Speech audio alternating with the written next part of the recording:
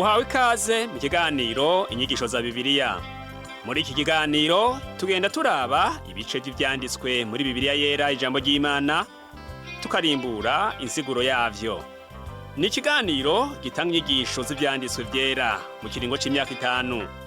Inyuma y'icigwa turaguha inomero woturonderako igihe wogira ico ugomba guterera canke kubaza. Kaze twumvirize kandi twigishwe.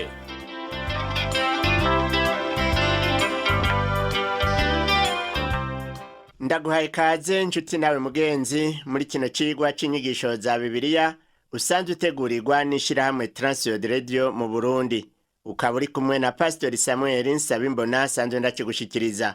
Mu cigwa giheruka twarabonye ingene Yesu yahamagaye Petero n'abo bari basangiye ibikorwa vyo kuroba, maze bagaheza bakamukurikira bakemera kuba abarovyi b'abantu.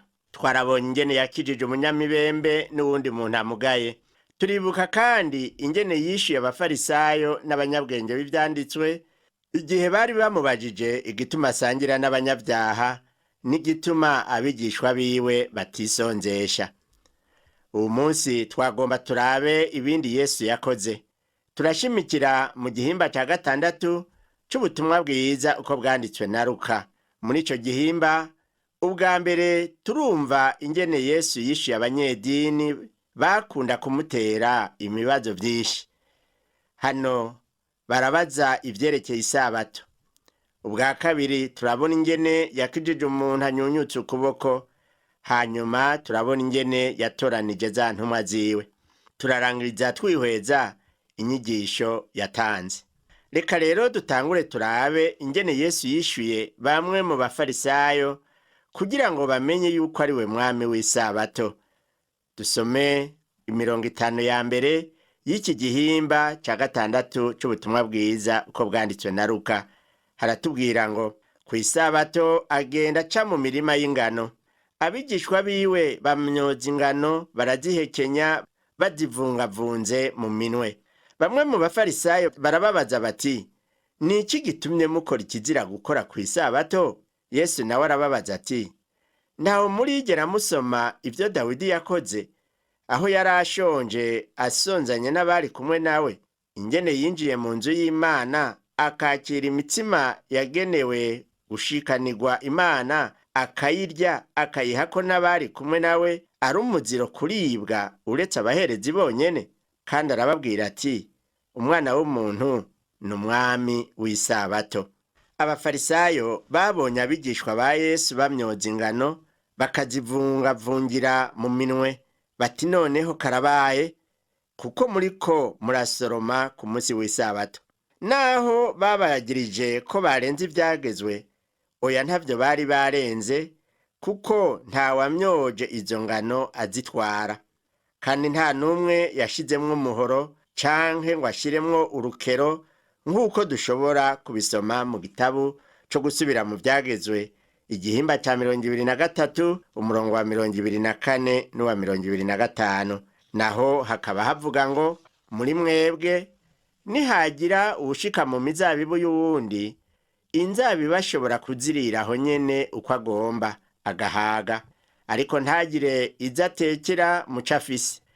Kandi nihagira uwuca mu ngano z'uwundi, ashobora kumyoza utwahekenya, ariko ntashobora gushora umuhoro mu ngano z'uwundi. Yesu nawe ntiyiriwe arabicisha amajambo ngo baharire ku vy'ukurenga ivyagezwe. Yaciye atanga akarorero gafatiye ku vyanditswe kuri Dawidi. Ivya Dawidi vyasa n'ivyabo bigishwa ba Yesu. Abo bari bashonje, vyongeye bari baritanze kugira ngo bakurikire Yesu, vyumvikana ko atategeko na rimwe barenze. Turabe ivy'uwundi muntu Yesu yakijije ku wundi munsi w'isabato. Turabisoma ku murongo wa 6 tugeze ku wa 11. Haratubwira ngo, ku yindi sabato yinjira mu isinagogi arigisha, kandi hari umuntu anyunyutse ukuboko kw'iburyo. Abanyabwenge b'ivyanditswe hamwe n'abafarisayo baramugeza ngo barabe ko akiza ku isabato ngo baronke ingene bomurega. Nawe amenya ivyo biyumvira, abarira uwo muntu anyunyutse ukuboko ati, va hasi uhagarare hagati. ava hasi arahagarara. Yesu aramubwira ati, ndababaze, mbega ivyemerwa ni ugukora ibyiza ku isabato canke no gukora ibibi, gukiza umuntu canke kumwica? Aberaguzamwo amaso bose aramubarira ati, ramvura ukuboko kwawe.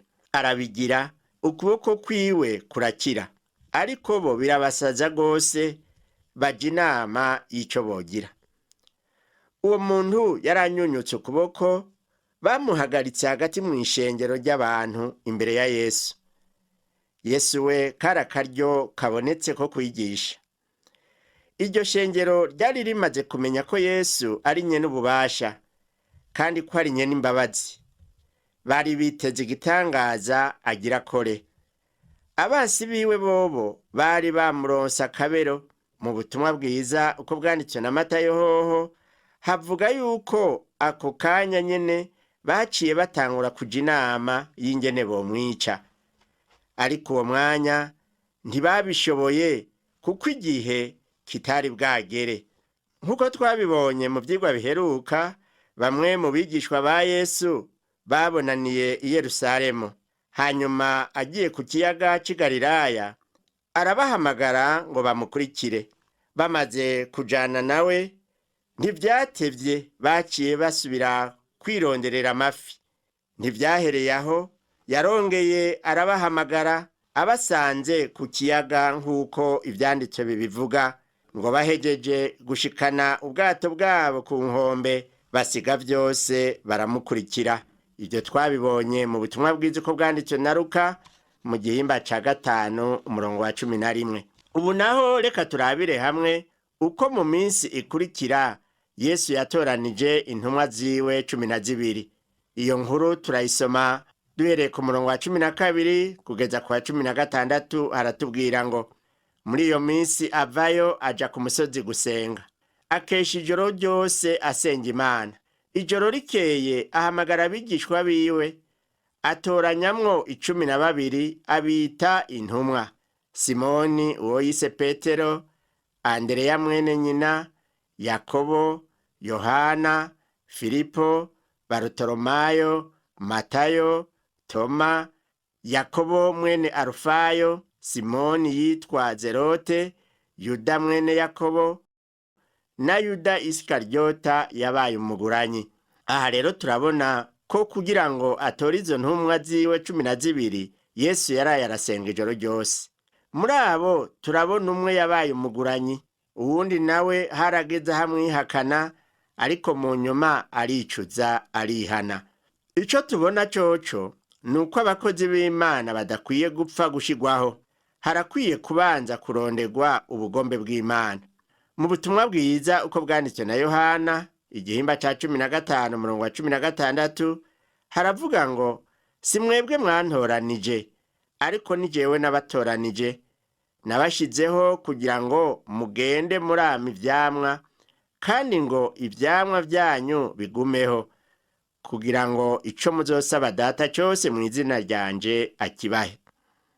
Aya majambo antera intege cane, akananyibutsa umukozi w'Imana yigeze gukora mu banki, maze Imana imuhamagarira kuvuga ubutumwa bwiza mu bakozi baho. Ntiyari yarigeze yiyumvira mu buzima bwiwe ko yoba umuvugabutumwa. Akongera akavuga ko mu buzima bwiwe abavugabutumwa yabafata ibisanzwe, cane cane yabona umengo n'abanyantege nke. Ariko yibutse wa murongo wo mu butumwa bwiza uko bwanditswe na Yohana mu gihimba ca 16 umurongo wa 16, yaciye yibuka ko atari we yahamagaye umwami Yesu, ahubwo ko Yesu ari we yamuhamagaye. Yaciye avuga ko ibyo byamushimishije, kuko kumva umwami Yesu amuhamagara byose biri mu maboko yiwe, kandi ibyo biramunezera bikamutera intege. Asangwa nshuti yanje, nawe uzi yuko ari Imana yagutoranije ngo yikorere, ntutinye, Imana izokwama ikorana nawe. Igikorwa cyo gutoranya abakozi b'Imana gikwiye gushimikira ku masengesho. Birababaje kubona abakozi mu mashengero iki gihe batogwa hisunzwe ivyifuzo vy'umubiri n'ivyifuzo by'abantu. Hari aho bishika hakanajamwo akamwana wa mama canke ibindi bafatirako ariko atari ubugombe bw'Imana. Igikwiye ni ugufata umwanya wo gusenga kugira ngo Imana abe ariyo yitoraniriza abakwiye kuyikorera. Yesu rero amaze kubatoranya yashishikaye kugendagenda yigisha ari kumwe n'ababigishwa biwe hamwe n'izo ntumwa ziwe n'ishengero rinini. Uko yashishikara kwigisha niko yanakora ibitangaza, abazanye imitwaro bose bakaruhuka. Dusomye kuva ku murongo wa 17 kugeza ku wa 19 haratubwira ngo amanukana nabo ahagarara hateze, kandi hariho ishengero ryinshi ry'abigishwa biwe n'ishengero ryinshi ry'abantu bavuye i Yudaya hose n'i Yerusalemu no mu gihugu co muri Tiro n'i Sidoni gihereranye n'ikiyaga kinini, baje kumva no gukizwa indwara zabo, kandi n'abababazwa n'impwemu zihumanye barakizwa. Kandi ishengero ryose rigerageza kumukorako, kuko ubushobozi bwamuvamwo bukabakiza bose. Nk'uko rero tubisomye, abantu benshi baje aho Yesu ari barakira indwara zabo ku buryo hakiza abantu ibihumbi n'ibihumbi. Ntiyarinda kubatondeka ku murongo ngo akize umwe. Nta kintu tubona ngaha yabasaba gukora kugira ngo bakire, kuko hari n'abakira bari kure batarinze kumukorako canke we ngarinde kubakorako, ndetse atanica avuganye nabo. Yesu yakijije abantu benshi cyane mu buryo butangaje, akaba yakiriza rimwe abantu benshi. Eka n'uwo munsi Yesu arakiza, kandi ibyo Luka yanditse birabishingira intahe igihe yavuga ko Yesu Kristo ari we muganga mukuru akiza. Ico Yesu asaba ni ukumwizera gusa. Tugarutse ku majambo Yesu yigishirije ku musozi, nk'uko twabibonye turiko turiga igitabo cy'ubutumwa bwiza uko bwanditswe na Matayo, aya majambo birashoboka ko atigishijwe rimwe gusa, ahubwo yayigishije henshi ahantu hatandukanye. Yamara bivanye n'uwanditse, hari amajambo amwamwe usanga abura, ahandi ugasanga yanditse mu bundi buryo. Ibindi biratahuritse cyane, kuko si igihe cyose abantu batari bamwe bashobora kuvuga inkuru kumwe ngo bahuze 100%. Reka duce ku mayange iby'inyigisho yatangiye ku musozi, nk'uko tubibona kuva ku murongo wa 20 kugeza kwa 22. Haratubwira ngo yunamurira amaso ku bigishwa biwe arababwira ati, murahiriwe mwebwe aboro, kuko ubwami bw'Imana ari ubwanyu. Murahiriwe mwebwe mushonje ubu, kuko muzohazwa. Murahiriwe mwebwe murira ubu, kuko muzotwenga. Muzoba muhiriwe abantu nibabanka, bakabaca, bakabatuka, bakanegura izina ryanyu nk'aho ari ribi, babonye babahoye umwana w'umuntu. Reka twongere turabe amajambo yo kuri uwo musozi, nk'uko tubibona muri ubu butumwa bwiza uko bwanditswe na Luka igihimba ca 6, dusome umurongo wa 23. Haratubwira ngo uwo munsi muze munezerwe, mwiterere hejuru, kuko impera yanyu ari nyinshi mu ijuru, kuko ariko basekuruza babo bagize abavugishwa n'Imana. Uwo murongo utwereka ingene abantu babona abavugishwa n'Imana. Bababona nk'abasazi. Uvugishwa n'Imana wewe avugira Imana, kandi kesha bisi bamufata nabi, mbere keshi bakanamugirira nabi. Abigira abavugishwa nabo ntibavuga neza iby'Imana uko biri. Abo rero barakundwa n'abantu. Kuva ku murongo wa 20 kugeza kwa 22 wo muri iki gihimba ca 6 c'ubutumwa bwiza uko bwanditswe na Luka, haravugamwo abakene, abashonje, abanyantege nke, abantu banka bakanabatoteza. Hano dusabwa gusubira mu isezerano rya kera tukaraba ukuri uko ariko. Kuva na kera uravye mu isezerano rya kera, abavuga ubutumwa buva ku Mana bama baca mu ngorane, kuko bataca iruhande y'ukuri. Abavugishwa b'ukuri bakwiye kugira ukwizera kandi bakakugumamwo kukabafasha kurenza amaso iby'isi bihenda, yamara bagahanga amaso ibitaboneka kuko ari byo by'igihe kirekire. Abavugishwa b'ibinyoma nibo twasanga batunze kandi n'ab'isi babita abantu beza. N'ubu munsi hari abatungishijwe n'ubuvugishwa bw'ibinyoma. Abasa nabo hari icyo Imana ibavugako. Reka turabe muri ubu butumwa bwiza, umurongo wa 24 kugeza kwa 28 haratubwira ngo, ariko muzobona ibara mwebwe abatunzi, kuko muhejeje gutunganirwa. Muzobona ibara mwebwe muhaza ubu, kuko muzosonza. Muzobona ibara mwebwe mutwenga ubu, kuko muzoboroga murira. Muzobona ibara aho abantu bose bazobashimagiza, kuko ariko ba sekuruza babo bashimagije abigira abavugishwa n'Imana. Ariko mwebwe mwumviriza ndababwire, nimukunda abansi banyu, mugirire neza ababanka, muhezagire ababavuma, musabire ababagirira nabi. Aha rero tubona ko abigira abavugishwa n'Imana bakundwa n'isi, kandi ibyo bavuga barabihemberwa. Yesu ariko aravuga yuko abo bantu badaharurwa mu biteze impera ku Mana. Umuvugishwa w'ibinyoma rero araba rurangiranwa mu isi, ariko imbere y'Imana arakengeretse. Araryohera ab'isi, ariko arariza abo mu ijuru. Ashobora kuba uwamahaze, ariko umutima wiwe wishwe n'ikigoyi. Abatunzi banka Imana Yesu yarabavuze ko cyane ati, muzobona ibara kuko muhejeje gutunganirwa. Muri iki gihe mu bihugu bimwe bimwe abatunzi barashobora guhemba abavugishwa b'ibinyoma kugira ngo baze bigishe mu mashengero yabo. Birababaje kubona mu mashengero menshi atunze usanga umuriro wa mpwemu yera warazimye. Mu gisagara ca New York muri Amerika hari ishengero ryitirirwa umuntu w'umutunzi. Muri iryo shengero rero usanga umuntu wese avuga ubutumwa bwiza bubohora imitima adashobora kuhavugira.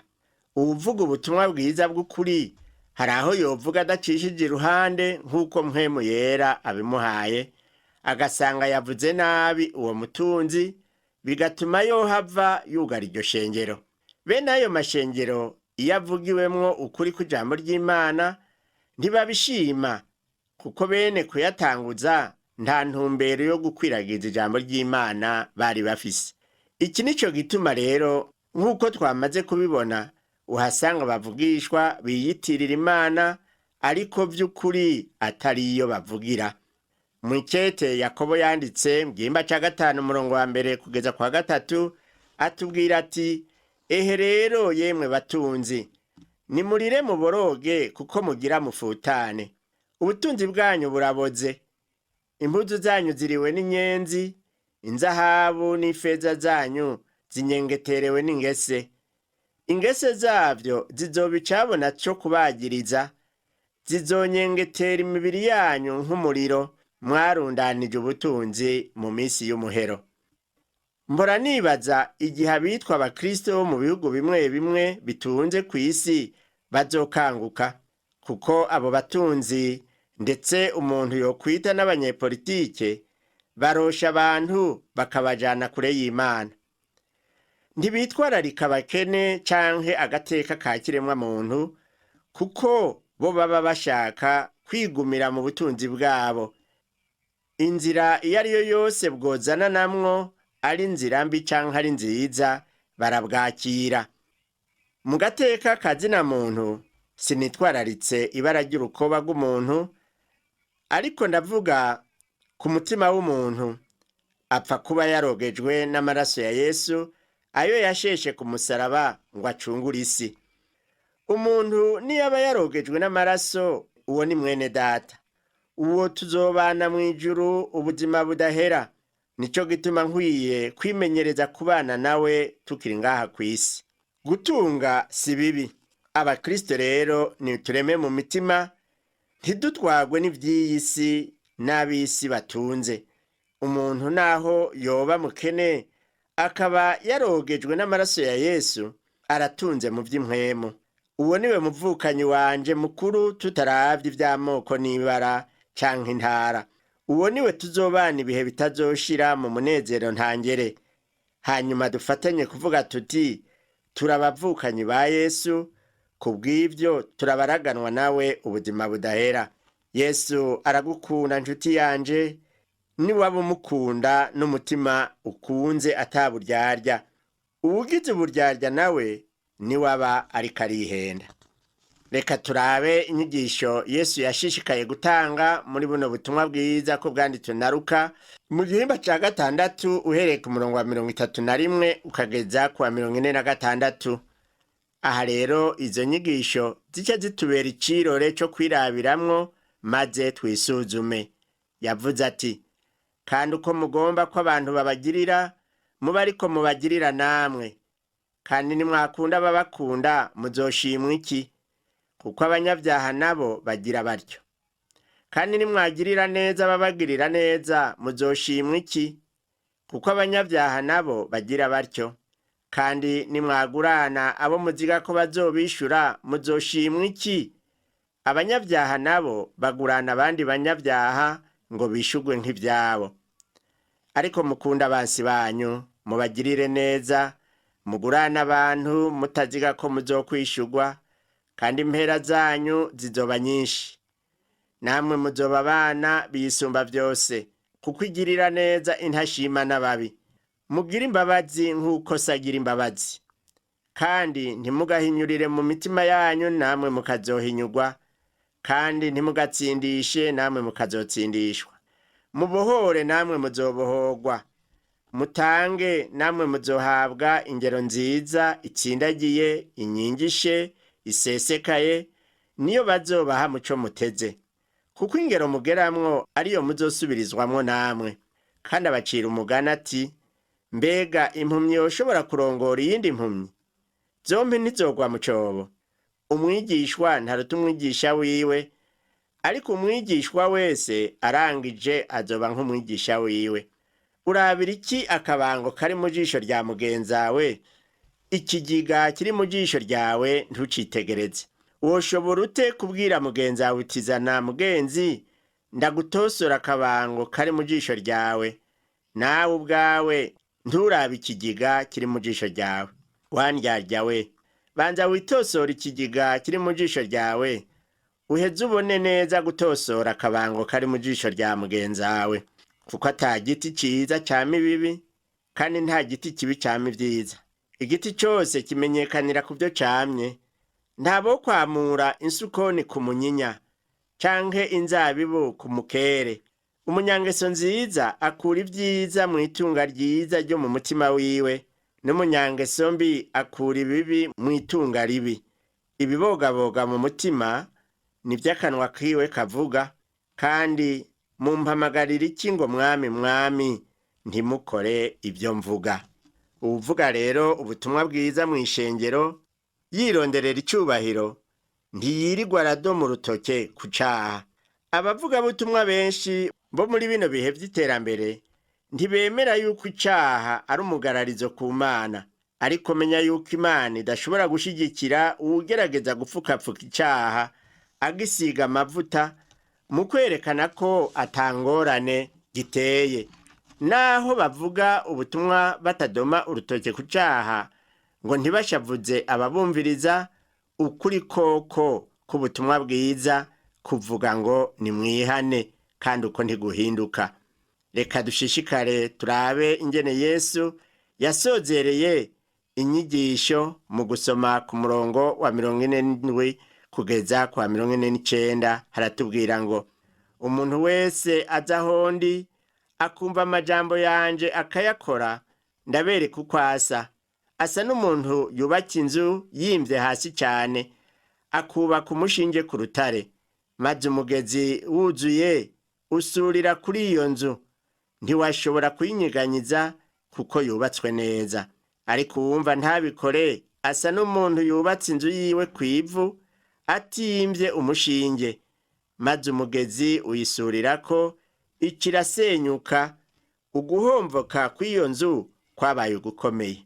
Mugenzi, inshuti yanje uri kuranyumviriza, nk'uko tuvyumvise, inzu yubatswe ku rutare niyo ikomera, ariko iyubatswe hasi kw'ivu, itubatswe mu mushinge mwiza, iyo irasenyuka.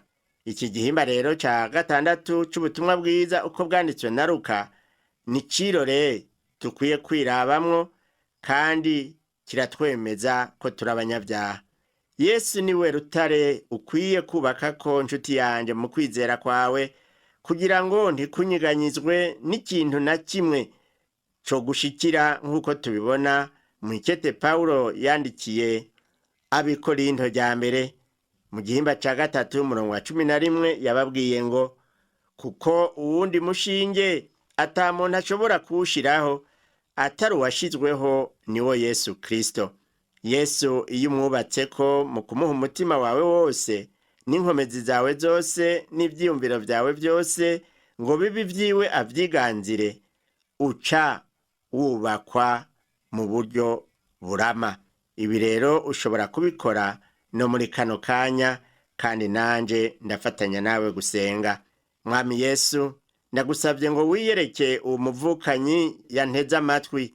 Hari vyinshi yishimikije yibwira ko bimuha amahoro mu buzima, ariko tuzi neza ko umushinge wo kubaka k'ubuzima bwacu ari wewe wenyene Kristo.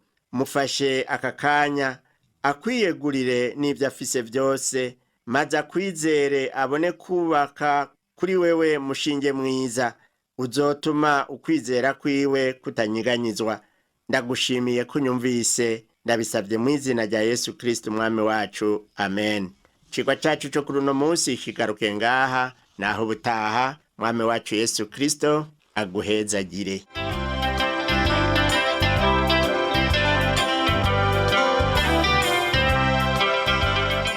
Wakoze kumviriza icigwa c'ijambo ry'Imana c'uyu munsi.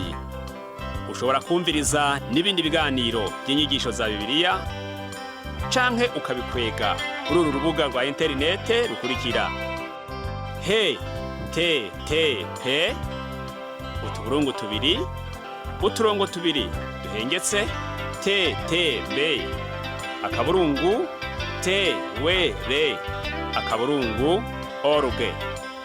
Ushobora kumviriza ikiganiro cyo muri indwi, canke ugafyonda ahanditswe ngo rondera ukurikije itariki, kugira ngo wumvirize ikiganiro camaze kurengana. Ushobora no gufyonda ahanditswe ngo rondera ukurikije ivyanditswe, kugira ngo wumve ibiri muri ico gice c'ivyanditswe vyera ugomba. Ufise ico wunganira canke ubaza, twandikire. Email ni twrburundi@gmail.com. Ushobora kandi kudusanga kuri Facebook yitwa TWR Burundi. Ushobora no kutwakura kuri iyi telefone yo mu biro. Inomero ni 22 24 26 57 mu masaha y'akazi, canke kuri telefone ngendanwa. Inomero ni 69 67 12 77 79 74 19 93. Dusanga kandi kuri WhatsApp.